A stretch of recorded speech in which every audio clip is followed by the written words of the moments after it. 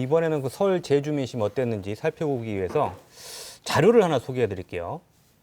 일주일 정도 지났습니다만 설 연휴 직전에 제주 MBC와 제주 CBS, 제주일보, 제주의 소리에서 공동으로 실시한 도민 여론조사 결과가 있는데요. 먼저 대선이 사자 대결로 치러진다고 가정했을 때 더불어민주당 이재명 후보가 36%, 국민의힘 윤석열 후보가 29.1%였고요. 국민의당 안철수 후보 10.2%, 정의당 심상정 후보 3.5%였습니다. 연휴 기간에 민심이 바뀌었을 수도 있겠습니다만은 가장 최근에 실시된 여론조사라는 점에서 제주 민심을 엿볼 수는 있는데 현재 여론조사에서는 전국적인 여론조사와 비슷한 점도 있지만 일단 이 조사에서는 제주에서는 오차 범위에서 약간 벗어나서 이재명 후보가 앞서는 걸로 나왔어요. 전국 단위 조사하고는 뭐 비슷한 부분도 있고 좀 다른 부분도 있는데 이번 조사 어떻게 보셨는지 강성희 대변인께서 먼저 말씀하시겠습니까? 예, 제주의 언론사들이 공동으로 이제 조사를 해서 우리 더불어민주당 이재명 후보가 조금 낮게 나왔다는 결과를 보아서 좀 다행스러운 측면도 있었고요.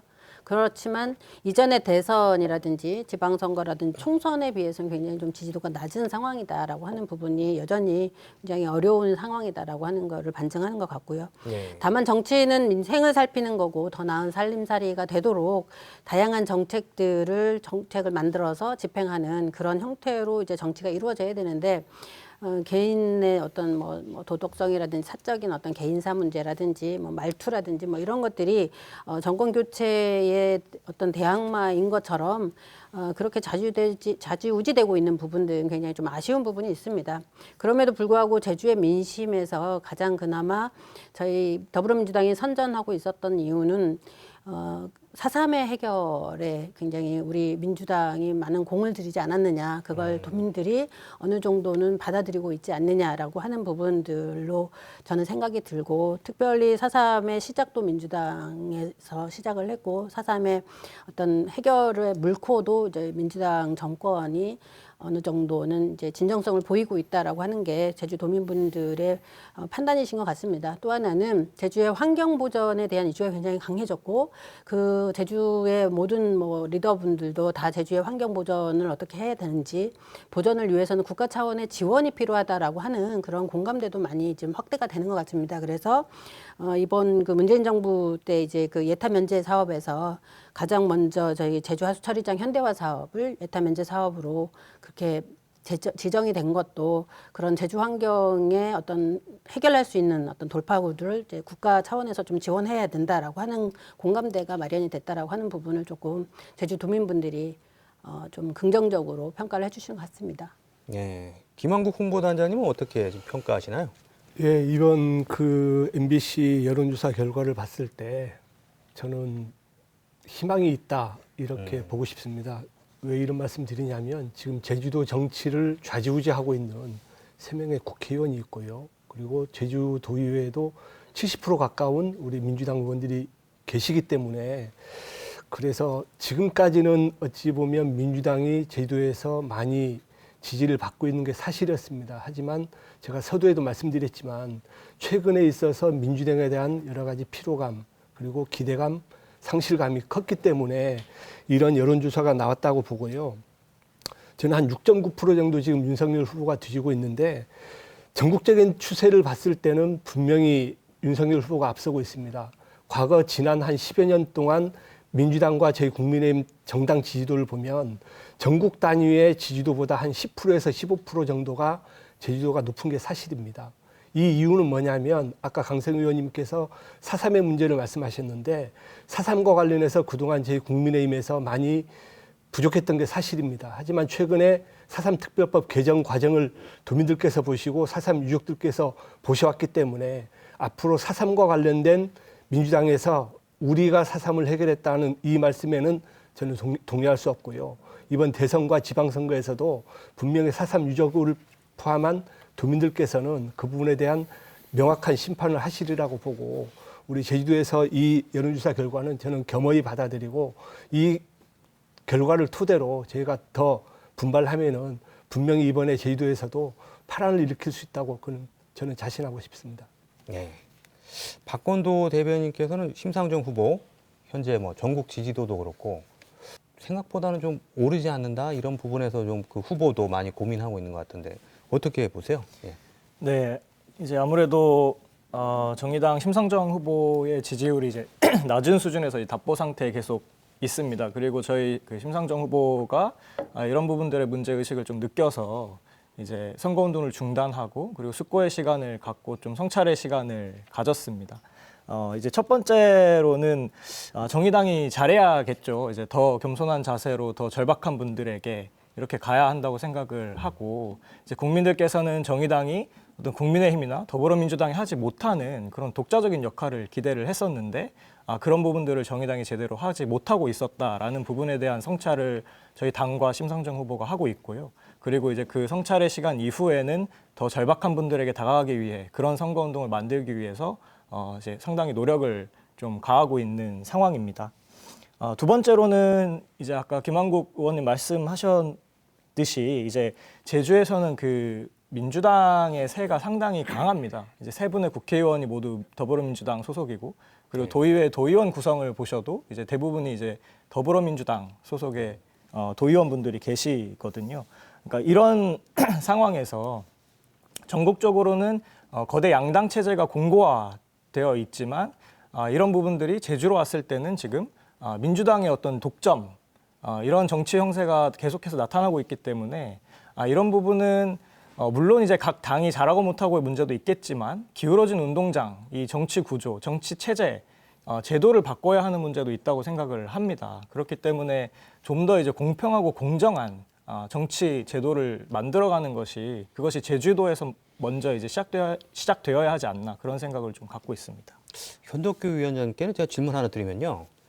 지금 국민의당이 지금 제주에서 어떤 뭐 조직적으로 뭐 선거 그 운동을 시작한 거는 뭐 얼마 되지 않은 걸로 알고 있는데 그럼에도 불구하고 지지율은 전국 평균과 어떻게 보면 비슷한 수준으로 나왔거든요. 여기 대해서는 어떻게 지금 받아들이고 계신가요? 사실 안철수 후보가 제주 지역에서 10.2%가 나왔는데 보통 이제 다른 지역에서 어떤 전국 단위의 여론조사 나오는 걸 보면은 서울에서는 이거보다 더 많이 나옵니다. 아주 잘 나올 때는 20%까지도 나온 적이 있어요. 사실 서울에서 20%라면 상당하게 나온 거죠. 근데 이제 그 TK나 또 호남으로 가면은 또 그 진영 쪽에 이제 지지세가 이제 확연히 드러나기 때문에 그쪽에서는 또 안철수 후보가 많이 안 나오고 그래서 전국적으로 평균 잡으면 최근에 좀 조금 이제 가라앉았다고 할까 한때 그 어떤 분위기가 좀 다시 이제 그런 상태에서 한 10% 정도 나오는데 그래서 제주도도 아마 그런 정도 나오는 걸로 어떤 매스컴의 영향도 좀 있는 것 같고 하는 것 같습니다. 근데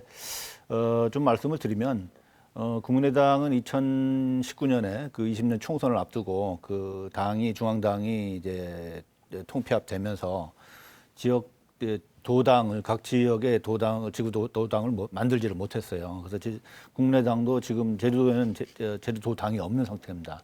당연히 이제 지역구 의원도 없는 거는 너무나 당연한 거고요. 그래서 도의원도 없고 그래서 아무런 어떤 그 조직적인 기구가 없는 상태에서 10% 나온 거는 그나마 선전하고 있고 오히려 이제 안철수 후보를 지지하는 사람들이 조직적인 움직임을 아예 못 만드는 게 많이 아쉽다라는 말씀을 드릴 수 있고요.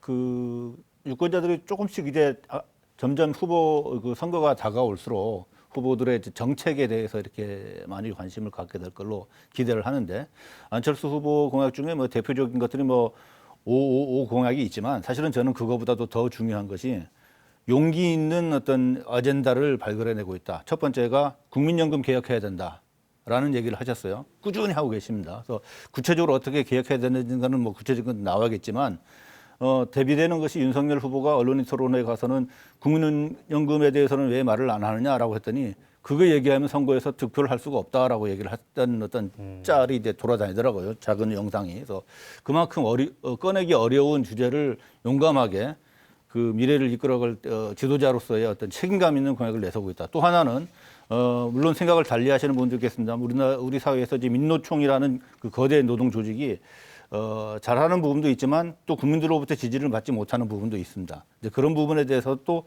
과감하게 자기 목소리를 내고 있다라는 부분들이 다른 후보들과는 다르게 다른 후보들이 뭐 좋게 말해서는 뭐 소확행 공약이라 하지만 이게 대통령 선거인지 무슨 구청장 선거인지 시장 선거인지 도지사 선거인지 모를 정도의 그 좀 짜잘한 정책들을 내놓으니까 오히려 선거에 대한 관심을 더 이제 떨어뜨리는 것 같거든요. 잠깐은 무슨 뭐 머리를 심어주는 공약을 내세웠지만 국가를 이끌어갈 앞으로 우리 커다란 어떤 도전의 직면에 있는 대한민국의 지도자가 이제 그런 얘기를 하고 있을 만큼 대한민국이 한가하지는 않거든요. 그래서 그런 부분이 앞으로 좀 더 많이 평가를 받을 것으로 저는 생각을 하고 있습니다. 예, 각 당의 입장에서 제주 민심 어떻게 보고 있는지 살펴봤고요. 자, 그런데 대선이 이제 얼마 남지 않아서요. 또 대선은 제주 민심만으로 또 결정되는 것도 아니고 전국적으로 좀 여론조사도 많이 나오고 있는데 전국적으로 지금 판세가 어떻게 되고 있는지 현재 대선 상황 어떻게 되고 있다고 보시는지 이야기 나눠보겠습니다. 어느 분부터 말씀하시겠습니까? 예. 예, 제가 먼저 좀 예. 말씀드리겠습니다. 전국적인 판세를 보면 뭐 각 여론조사 기관마다 조금씩 편차가 있긴 있습니다만 그 흐름은 똑같다고 저는 봅니다. 작년 말이죠. 12월 말부터 1월 초까지는 이재명 후보가 전국적인 판세가 한 10에서 13% 앞서고 있었습니다. 그 시기는 저희 당 같은 경우는 이준석 대표와 이제 윤석열 그 후보 간에 뭐 일종의 마찰이 조금 있었던 시기라고 보고요.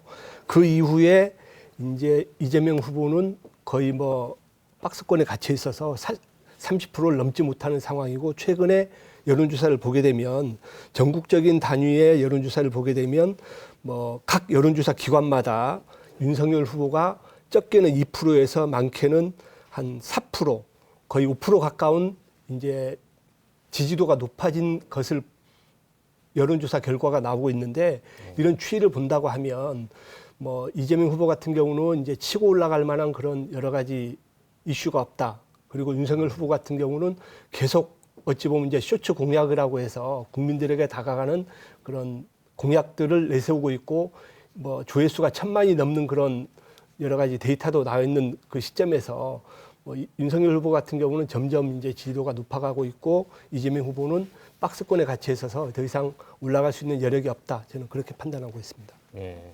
이 부분은 강성희 대변인께서는 좀 의견이 다르실 것 같은데 네. 어떻게 보시나요? 뭐 글쎄 어찌됐든 지금 뭐 엎치락 뒤치락 하는 상황은 맞는 것 같고요. 특히 이제 뭐 굉장히 좀 대선 기간에 오랜 기간 동안 지금 양 후보에 대한 검증들이 워낙 마타도 형태로 많이 되고 있기 때문에 실질적으로 정책 검증은 굉장히 어려운 상황입니다. 그리고 정책에 대해서 이제 토론을 하자고 했는데도 이렇게 잘 안 되는 거 보면 왜 그러는지 정말로 알 수 없는 상황인데요. 가장 큰 문제는 이제 그 후보들이 이제 하는 메시지가 굉장히 좀 중요한데 윤석열 후보 같은 경우는 지금 최근에 이제 북한에서의 뭐 미사일 뭐 이렇게 그 시험 발사라든지 이런 것들이 자꾸 있다 보니까 뭐 선제 공격 뭐 이런 얘기도 하고 그리고 뭐 사드 배치를 하겠다 뭐 이런 식으로 하고 있는데 그런 것들은 우리가 이제까지 우리 한국에서 해왔었던 어떤 국방 전략하고 굉장히 배치되는 부분들이거든요. 그런데 그런 것들이 이제 뭐 지도자라고 하시는 분들이 그렇게 얘기할 수 있는 거냐 앞으로 미래 세대를 위해서 앞서 현덕규 의원님 말한 것처럼 뭐 국민연금을 어떻게 개혁할 것인지 이런 부분에 대해서 정말로 심도 있는 논의들을 해야 되는 부분이 맞다라고 저는 생각이 들고 그러려고 하면 정말로 토론회 장에서 정책 대결을 해야 되는 게 맞다라고 봅니다. 특별히 지금 뭐 소확행이라든지 뭐 심쿵 그 공약이라든지 이런 부분들은 제가 앞서도 말한 것처럼 워낙 이번 대선이 좀 비호감이었고요. 그리고 또 정치가 워낙 우리 정치라고 하는 것이 너무 이제 거대한 그 공약을 놓고 정책을 얘기하다 보니까 국민들이 본인의 삶을 바꾸거나 아니면 내 주변의 어떤 환경들을 바꾸거나라고 하는 거에 굉장히 좀 체감하지 못하는 정치, 그래서 효용감이 떨어지는 정치 이러다 보니까 워낙 그 이재명 후보는 성남시장을 재선을 하셨고 그리고 성남시에 그렇게 모라토리움을 선언할 만큼 재정적으로 너무 피폐된 상황에서 가서 그나마 그 지역의 살림들을 챙기면서 성남시를 그래도 이렇게 괜찮은 어떤 그 도시, 대도시로 만들어 갔고요. 그리고 경기도에서도 뭐 작은 뭐 예를 들어서 다 아시는 모든 국민들이 전부 다 알고 있는 뭐 계곡 정비부터 시작해서 아닌 거에 대해서 어떻게 하면 그 부분을 국민들과 합의하면서 그 문제를 해결할 것인가라고 하는 것들에 대한 리더십을 검증해야 되고 이제는 정말로 전 세계가 기후 재앙 앞에 놓여 있습니다. 뭐 원전으로 지금 뭐 오늘도 보니까 윤석열 후보님 탈원전 때문에 우리나라 전기세 오른다 아니거든요. 지금 러시아의 어떤 그런 뭐 위기 상황 때문에 전체적인 유가가 계속 공급 유가가 계속 올라가고 있는 상황이고 에너지의 어떤 원가 상승들이 되게 올라가는 상황인데 그걸 가지고 뭐 탈원전 했기 때문에 전기세가 오른다 이런 식으로 얘기한다는 건 저는 지도자로서 어떤 근거를 가지고 어떤 얘기를 해야 된다라고 하는 게 맞고요. 그렇기 때문에 국제 정세와 그다음에 앞으로의 어떤 기후 재앙과 그리고 그런 국제 정세 속에서 우리 한국이 경제에서 선방하기 위해서는 실질적으로 그걸 대응할 만한 리더십이 필요하다. 저는 그렇게 생각합니다. 두 분 어떻게 보시나요? 지금 현재 판세를. 뭐 정의당부터 말씀하시겠습니까? 네. 예. 우선은 뭐 전체적으로 좀 말씀을 드리면 최근에는 윤석열 후보의 이제 선전이 좀 보였고 이제 그에 따른 어떤 이재명 후보의 지지층 결집으로 이제 상당히 팽팽한 지금 답보 상태가 이루어지고 있고요. 그리고 안철수 후보 같은 경우도 이제 15%까지도 이렇게 나왔던 그 지지율 조사가 있었는데 지금은 이제 10% 9% 정도의 어떤 약간 답보 상태로 뭔가 딱 벽을 만난 듯한 느낌을 되게 받고 있습니다. 그리고 이제 그 정의당의 심상정 후보도 마찬가지로 이제 3% 뭐 4% 이렇게 계속 낮은 층에서 답보 상태로 있는 전체적으로 이제 답보 상태에 있다라고 좀 평가를 할 수 있을 것 같고 이러한 답보 상태는 결국에는 이제 오늘도 치러진 그 TV 토론 이제 앞으로도 계속해서 치러질 사자 TV 토론을 통해서 이 지금의 답보 상태가 좀 이렇게 균형을 흔들리게 되면서 좀 더 이제 변화가 일어나지 않을까 그런 생각을 우선 하고 있습니다. 아까도 이제 소확행 공약들이 요즘 많이 나온다고 해서 말씀을 해주셨는데요.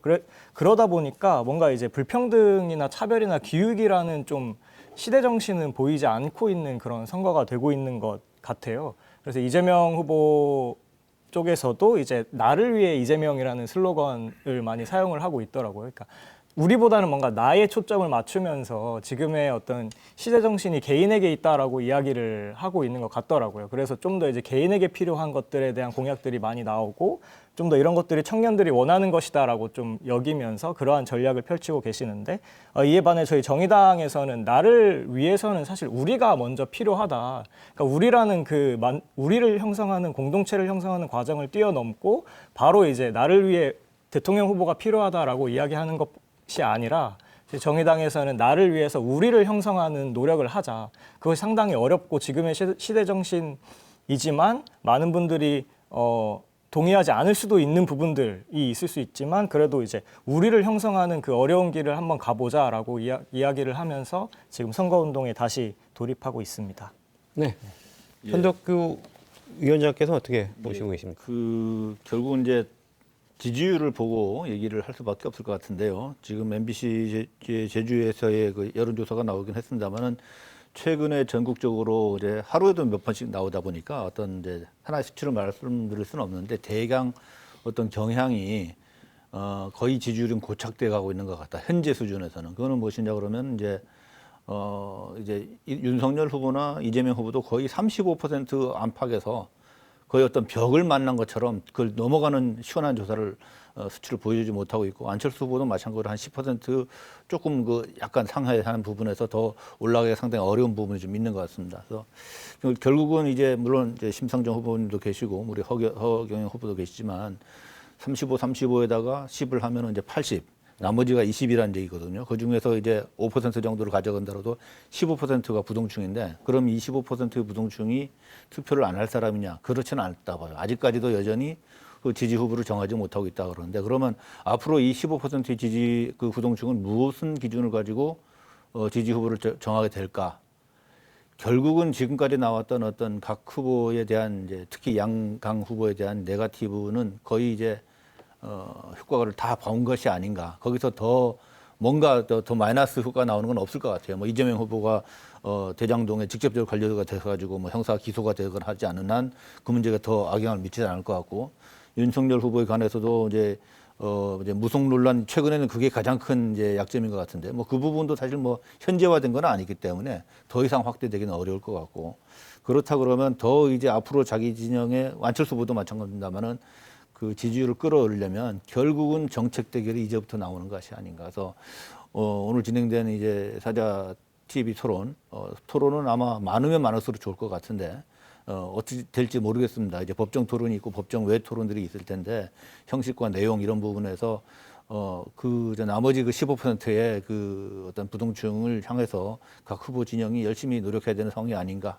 그래서 뭐 또 하나의 변수가 이제 안철수 후보는 끝까지 완주한다는 거를 이제 천명을 하고 계시지만 또 하나의 또 정치적인 어떤 전망을 해보면 대통령 선거 이후에 또 다른 다음 정치도 있고 그러니까 그런 부분에서는 또 단일화 부분은 어떻게 나올 것인가 하는 부분들이 좀 얘기가 나와야 될 텐데 사실은 이제 연말 연초까지만 해도 정권 교체라는 단어가 상당히 이제 그 대선의 화두가 되는 거 아니었나 하는 생각이 있었는데 최근 들어서는 그것마저도 사실 상당히 희미해지는 듯한 느낌이 있어요. 그래서 그것을 이제 다시 부각을 시키거나 아니면 어떤 그거에 대한 그 집권의 당위성, 연장의 당위성을 얘기하려고 해도 결국은 정책 얘기를 해야 되는 것이 아닌가 하다 보면은 어떤 차별화는 나오지 않을까. 그래서 그런 생각하고 그 과정에서 안철수 후보도 나름대로 이제 공간을 넓힐 수 있는 여지가 좀 남아 있고 그걸 그런 정치적 자산을 통해서 어떤 정치를 할 수 있을지는 조금 더 지켜보야 되지 않을까 하는 생각을 말씀드립니다.